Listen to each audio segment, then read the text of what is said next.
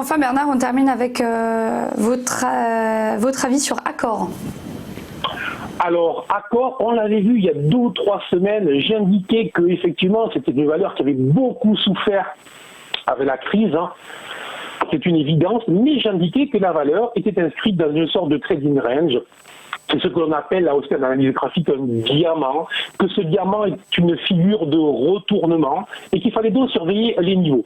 J'indiquais un niveau de 25,8 et j'indiquais qu'au-delà de ce niveau, on aurait potentiellement un retournement haussier. C'est exactement ce qui s'est produit puisque la valeur a en fait accéléré en direction des 27.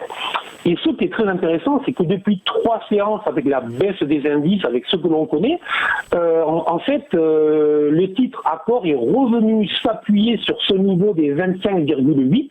C'est ce que l'on appelle en analyse technique une inversion de polarité.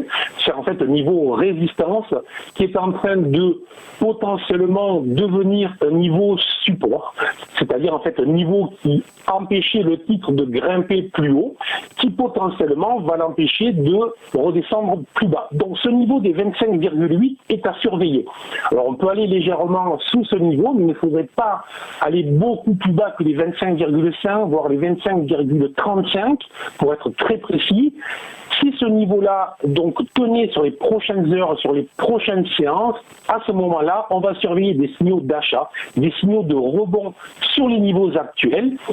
Et ça nous libérerait en fait un potentiel haussier vers les 30-31 euros.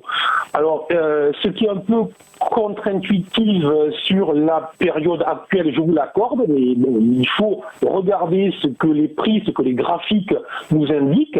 Et aussi, n'oublions pas que l'on parle beaucoup de rotation entre les valeurs dites de croissance et les valeurs dites value, bien évidemment.